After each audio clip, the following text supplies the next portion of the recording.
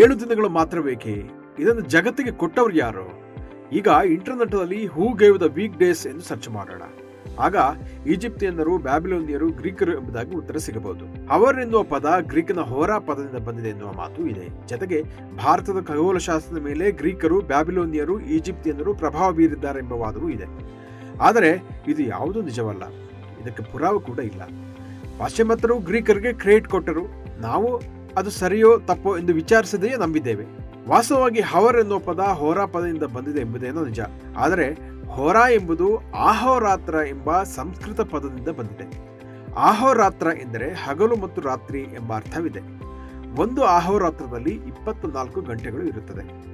ಸೂರ್ಯ ಸಿದ್ಧಾಂತ ಎಂಬ ಪ್ರಾಚೀನ ಗ್ರಂಥವಿದೆ. ಖಗೋಳಶಾಸ್ತ್ರದ ಬಗ್ಗೆ ಗಹನವಾದ ವಿಚಾರಗಳನ್ನು ಇದು ಒಳಗೊಂಡಿದೆ. ಇದು ಬರಿಗಣ್ಣಿನಲ್ಲಿ ನೋಡಬಹುದಾದ ಗ್ರಹಗಳನ್ನು ಪಟ್ಟಿ ಮಾಡಿದೆ. ವಾರಗಳಿಗೆ ಗ್ರಹಗಳ ಹೆಸರುಗಳನ್ನು ಕೂಡ ಕೊಟ್ಟಿದೆ. ಸೋಮ, ಮಂಗಳ, ಬುಧ, ಗುರು, ಶುಕ್ರ, ಶನಿವಾರ ಹುಟ್ಟಿದೆ. ಹೀಗೆ ವಾರದ 7 ದಿನಗಳಿಗೆ ಆಯಾ ದಿನದ ಅಧಿಪತಿಗಳನ್ನು ಹೆಸರಿಸಲಾಗಿದೆ. ದಿನದ 24 ಗಂಟೆಗಳಿಗೂ ಒಂದು ಗ್ರಹದ ಆಧಿಪತ್ಯ ಇರುತ್ತದೆ. ದಿನದ ಮೊದಲ ಗಂಟೆ ಯಾವ ಗ್ರಹವಿರುತ್ತದೆಯೋ ಅದನ್ನು ದಿನಪತಿ ಎಂದು ಹೆಸರಿಸಲಾಯಿತು. ಈ ಪದ್ಧತಿಯನ್ನ ಇಡೀ ಜಗತ್ತು ಅನುಸರಿಸಿತು.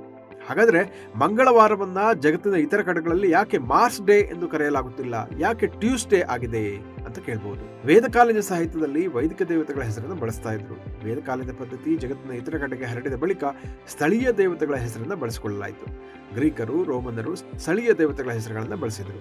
ಆದರೆ ಸೂಕ್ಷ್ಮವಾಗಿ ಗಮನಿಸಿ, ವಾರದ 7 ದಿನಗಳ ಅನುಕ್ರಮಣಿಕೆ ಸಾರ್ವತ್ರಿಕವಾಗಿ ಒಂದೇ ಆಗಿದೆ. ಸಾವಿರಾರು ವರ್ಷಗಳ ನಂತರ ಬ್ರಿಟಿಷರು ಭಾರತಕ್ಕೆ ಈ ಪದ್ಧತಿಯನ್ನ ತಂದು ನಮಗೆ ಪರಿಚಯಿಸಿದ್ರು. ಪ್ರಾಚೀನ ಭಾರತೀಯ ಖಗೋಳಶಾಸ್ತ್ರ ದಿನಕ್ಕೆ 30 ಮುಹೂರ್ತಗಳನ್ನು ಹೇಳುತ್ತದೆ.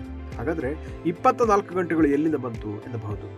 ಸೂರ್ಯ ಸಿದ್ಧಾಂತ, ಶ್ರೀಮದ್ ಭಾಗವತ ಮತ್ತು ಆರ್ಯಭಟೀಯಂನಲ್ಲೂ ವಾರದ 7 ದಿನಗಳ ಮತ್ತು 24 ಗಂಟೆಗಳ ಬಗ್ಗೆ ವಿವರಗಳಿವೆ. ಆದ್ದರಿಂದ ವಿಶ್ವಕ್ಕೆ ವಾರಗಳು ಮತ್ತು 40 ದಿನಗಳ ಪರಿಕಲ್ಪನೆಯ ಕೊಡುಗೆಯನ್ನು ಕೊಟ್ಟಿರುವುದು ನಮ್ಮ ಭಾರತ ಎಂದು ಹೆಮ್ಮೆಯಿಂದ ಹೇಳ್ಕೊಳ್ಬಹುದು.